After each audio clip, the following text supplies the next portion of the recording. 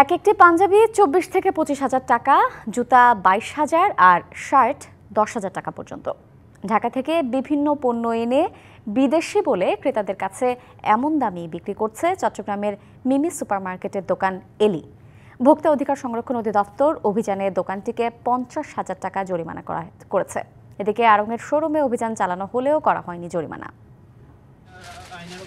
বন্দর নগরীর মিমি সুপার মার্কেটের দোকান এলিতে প্রতিটি শার্টের মূল্য ৫.৫ থেকে ১০,০০০ টাকা।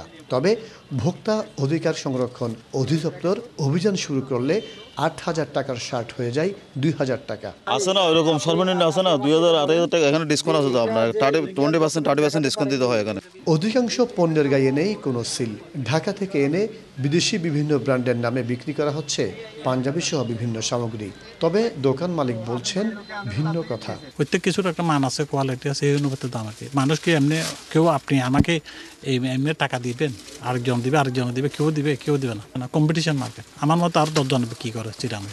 একনল হ্যান্ড ওয়াশ 100% প্যারাবেন ফ্রি, তাই নিরাপদ হাতের জন্য আস্থা রাখুন একনলে।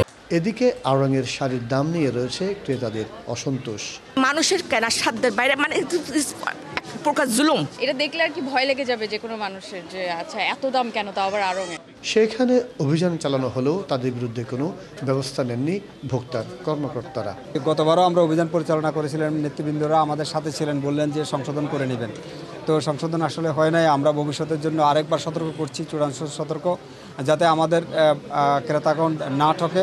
এই ধরনের অভিযান অব্যাহত থাকবে বলে জানান ভোক্তা অধিদপ্তর। মাসুদুল হক, ডিবিসি নিউজ, চট্টগ্রাম।